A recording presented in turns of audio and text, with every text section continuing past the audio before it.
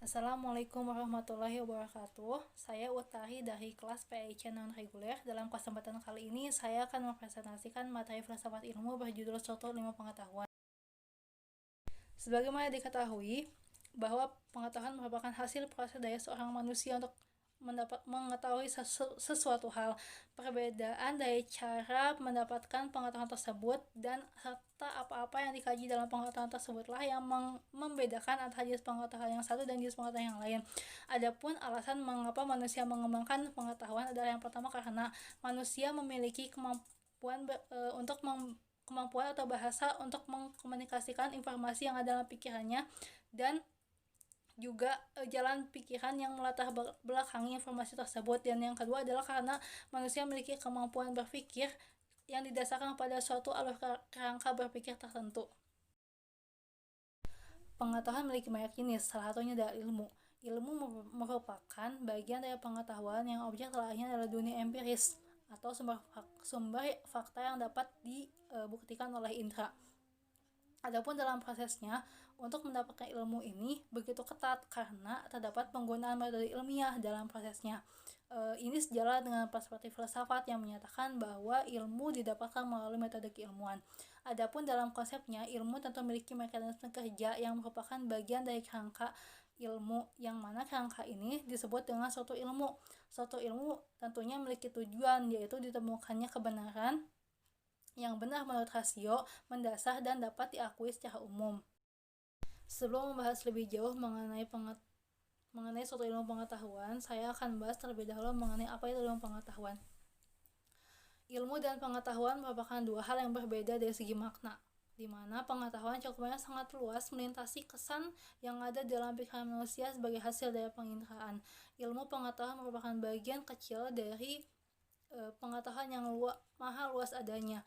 Ilmu pengetahuan terbatas pada apa yang tampak, terlihat, dan dapat diamati saja, sementara pengetahuan bisa jauh melintasi dimensi yang terlihat. Dalam makna logos, ilmu merupakan pengetahuan mengenai prinsip dasar ataupun hukum universal yang menguasai seluruh kenyataan. Sedangkan secara terminologi, menurut Kamus Besar Bahasa Indonesia, pengetahuan merupakan segala sesuatu yang diketahui berkenaan dengan suatu hal, dan dalam penjelasan lain juga dikatakan bahwa pengetahuan merupakan hasil dari proses manusia untuk mengetahui sesuatu. Adapun para ahli berbeda-beda dalam mendefinisikan ilmu pengetahuan ini.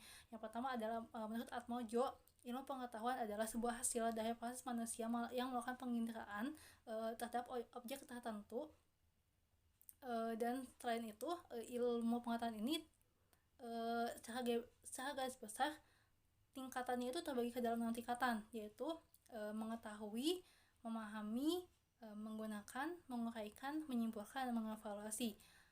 Selain itu, menurut Ziman J, ilmu pengetahuan adalah rangkaian konsep dan kerangka yang saling berkaitan yang telah berkembang sebagai hasil percobaan dan pengamatan yang bermanfaat untuk percobaan lebih lanjut. Maka dapat ditarik kesimpulan bahwa ilmu pengetahuan adalah suatu fakta yang bersifat empiris atau gagasan rasional yang dibangun oleh individu yang telah melalui percobaan dan pengamatan yang teruji kebenarannya. Dan dari definisi-definisi tersebut diperoleh ciri-ciri ilmu pengetahuan, yaitu sistematis, objektif, rasional, reliabel, general, dan komunitas. Sistematis berarti pengetahuan ini disusun secara teratur, dan pengetahuan ini memiliki fakta-fakta penting yang saling berkaitan. Objektif berarti apa adanya sesuai dengan fenomena yang terjadi. Rasional berarti pengetahuan ini bersumber pada pemikiran rasio yang mematuhi kaidah-kaidah logika. General berarti kualitas ilmu pengetahuan dapat merangkum keseluruhan fenomena yang bersifat umum, artinya kebenaran didapatkan dan dapat diterapkan untuk fenomena yang sama tanpa terikat ruang dan waktu. Reliable bermakna dapat diperiksa kebenarannya dan diuji kembali oleh anggota lain seperti masyarakat ataupun ilmuwan. Dan yang terakhir adalah komunitas. Komunitas berarti pengetahuan dapat diterima secara umum setelah diuji kebenarannya oleh ilmuwan. Kemudian ilmu pengetahuan tentu haruslah memenuhi syarat-syarat yang ada di dalamnya, dan syarat-syarat yang dan objek ilmu pengetahuan merupakan salah satu bagian dari syarat tersebut. Objek ilmu pengetahuan dibagi ke dalam dua bagian. Yang pertama adalah objek material dan objek formal. Objek material adalah segala sesuatu yang bisa dijadikan sasaran pemikiran, segala sesuatu yang diselidiki, segala sesuatu yang dikaji, dan segala sesuatu yang menjadi kajian ilmu pengetahuan itu sendiri. Objek material ini memiliki dua cangkupan, yaitu cangkupan yang konkret dan yang abstrak. Yang konkret itu seperti manusia, alam semesta, tata surya, flora, fauna, ataupun hal-hal kebendaan dan lain-lain.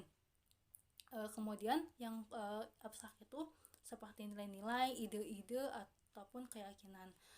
Setelah itu ada objek formal. Objek formal adalah sudut pandang di mana subjek menelaah objek materialnya. Misalnya manusia sebagai objek material itu ditelaah oleh subjek yang merupakan ilmu pengetahuan itu sendiri. Misalnya manusia sebagai objek material ini bisa dipelajari oleh ilmu politik, ilmu antropologi, ilmu kedokteran, dan lain-lain. Kemajuan dalam ilmu pengetahuan dimungkinkan karena beberapa sifat.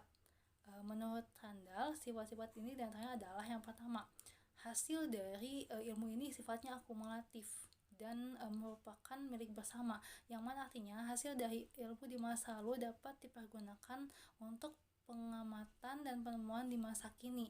Dan selain itu, ilmu ini tidak hanya menjadi milik satu orang saja yang menemukannya, namun setiap orang dapat menggunakannya dan memanfaatkan hasil dari penyelidikan tersebut. Yang kedua, hasil ilmu itu kebenarannya tidak mutlak karena yang menyelidiki ilmu itu masih manusia dan masih memungkinkan terjadi kesalahan. Yang ketiga, ilmu itu objektif karena prosedur cara penggunaan metode ilmu ini tidak tergantung kepada yang menggunakannya ataupun juga tidak tergantung kepada pemahaman secara pribadi. Secara umum, pandangan mengenai ilmu pengetahuan ini diklasifikasikan menjadi beberapa bagian. Adapun pengklasifikasian menurut pandangan klasik, ilmu ini dibagi menjadi dua bagian, yaitu natural science yang merupakan kelompok ilmu-ilmu alam dan social science yang merupakan kelompok ilmu-ilmu sosial. Secara umum, ilmu pengetahuan diklasifikasikan menjadi dua bagian, yaitu menurut subjeknya dan menurut objeknya. Menurut subjeknya, ilmu ini dibagi lagi menjadi dua bagian, yaitu secara teoritis dan secara praktis. Ilmu secara teoritis berarti bersifat abstrak dan filosofis, di mana wacana kebenaran merupakan hal yang terpenting. Adapun secara teoritis ini, ilmu dibagi lagi menjadi dua bagian, yaitu ilmu nomotetis dan ideografis. Ilmu nomotetis adalah ilmu yang dijelaskan melalui ilmu-ilmu yang general, dan ilmu ini mempelajari objeknya sekalipun dalam keabstrakan, namun terdapat usaha untuk menemukan hal-hal yang konkret di dalamnya. Contohnya seperti ilmu tentang alam, ilmu kimia, ilmu sosiologi, dan lain-lain. Adapun ilmu secara ideografis artinya ilmu ini mempelajari objeknya di dalam suatu hal yang konkret menurut tempat dan waktu. Contohnya seperti ilmu sejarah, ilmu etnografi, ilmu sosiografi, dan lain-lain.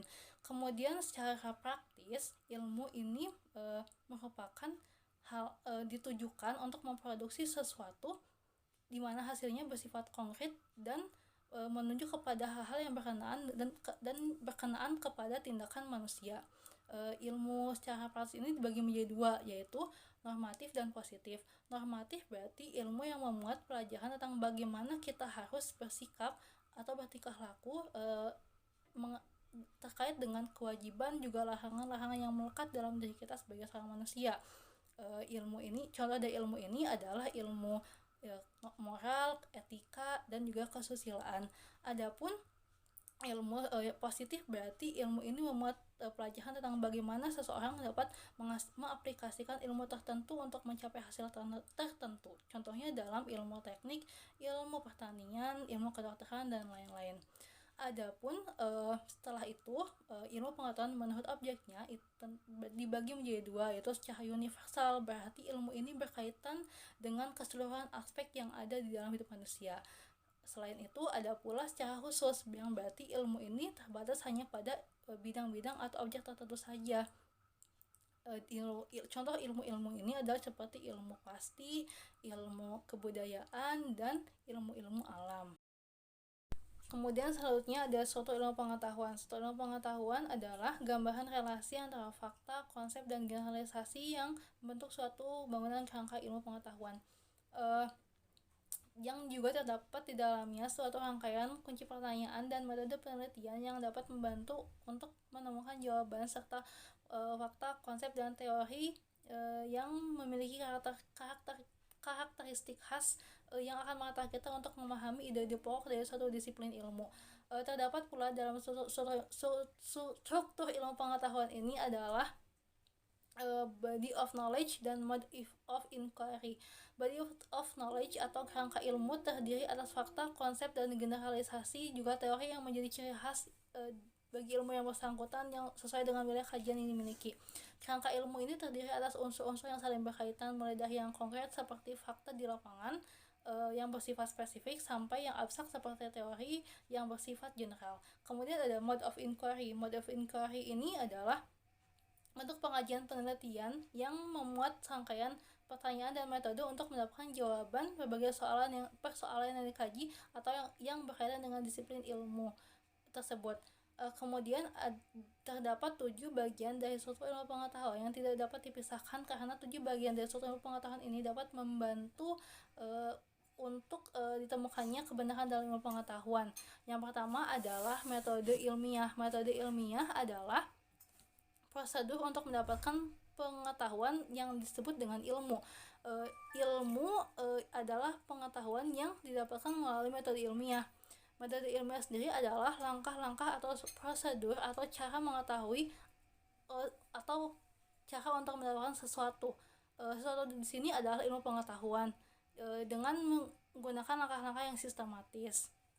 Kemudian yang kedua adalah teori. Teori yaitu kerangka ilmu yang terdiri atas unsur-unsur yang berhubungan dari mulai yang konkret berupa fakta hingga sampai pada level yang abstrak. Teori ini juga dijabarkan merupakan serangkaian bagian atau variabel, definisi, dan juga dalil-dalil yang saling berkaitan yang menghadirkan sebuah pandangan sistematis mengenai suatu fenomena dengan menentukan hubungan antara variabel yang dimaksudkan untuk menjelaskan fenomena-fenomena alamiah. Teori ini juga merupakan salah satu hal yang paling fundamental yang harus dipahami oleh para peneliti karena dari teori-teori yang ada dapat ditemukan permasalahan yang dapat kemudian mereka amati secara sistematis untuk selanjutnya dikembangkan sebagai hipotesis. Selanjutnya ada hipotesis. Hipotesis didefinisikan sebagai suatu pernyataan yang pada waktu diungkapkan ini belum diketahui kebenarannya, tetapi memungkinkan untuk diuji lebih lanjut dalam kenyataan yang empiris. Hipotesis ini juga dapat diartikan sebagai jawaban sementara terhadap suatu masalah yang masih bersifat praduga atau masih harus dibuktikan kebenarannya. Hipotesis ini juga menjadi teruji apabila semua gejala yang timbul tidak bertentangan dengan hipotesis tersebut. Adapun selanjutnya setelah hipotesis tersebut ditemukan, yang harus dilakukan adalah mengkonfrontasikannya terhadap dunia nyata. Dan pengujian kebenaran dalam ilmu berarti menguji hipotesis dengan pengamatan terhadap kenyataan yang sebenarnya melalui proses pembuktian, dan dalam proses ini dibutuhkan pengumpulan juga pengolahan data. Selanjutnya ada data. Data merupakan fakta empiris yang dikumpulkan oleh peneliti untuk kepentingan memecahkan masalah atau menjawab pertanyaan penelitian, dan data penelitian ini dapat berasal dari berbagai sumber yang dikumpulkan menggunakan berbagai teknik selama kegiatan penelitian berlangsung. Data ini tuh bisa berupa simbol, suara, huruf, angka maupun jenis-jenis yang lainnya yang bisa digunakan untuk melihat lingkungan, objek, atau suatu fenomena juga konsep. Adapun syarat-syaratnya, data ini harus objektif, harus representatif, harus relevan, dan harus up to date. Selanjutnya adalah pembuktian. Pembuktian dalam suatu ilmu pengetahuan dimasukkan sebagai proses pengujian hipotesis, dan hal yang terpenting dalam proses pembuktian ini adalah pengumpulan dan juga pengolahan data dan juga fakta-fakta yang relevan yang telah dihimpun dalam hipotesis. Data yang berdasarkan fakta dalam pembuktian adalah bahan dasar untuk mengembangkan konsep, generalisasi, dan teori. Proses pembuktian dalam ilmu pengetahuan ini juga diakhiri dengan segenap evaluasi. Evaluasi adalah selanjutnya Evaluasi adalah proses kesimpulan sebagai penilaian apakah hipotesis yang diajukan ini ditolak atau diterima. Jika dalam pengujian hipotesis nya diterima, maka dan fakta cukup mendukung atau fakta sangat mendukung, maka hipotesis tersebut kemudian dapat dianggap menjadi bagian dari ilmu pengetahuan yang telah teruji kebenarannya. Selanjutnya ada paradigma. Paradigma adalah suatu kerangka berpikir untuk menjelaskan suatu persoalan dan mengandung berbagai konsepsi yang terkait dengan fokus keilmuan. Paradigma juga sering disebut dengan pandangan terhadap suatu konsep.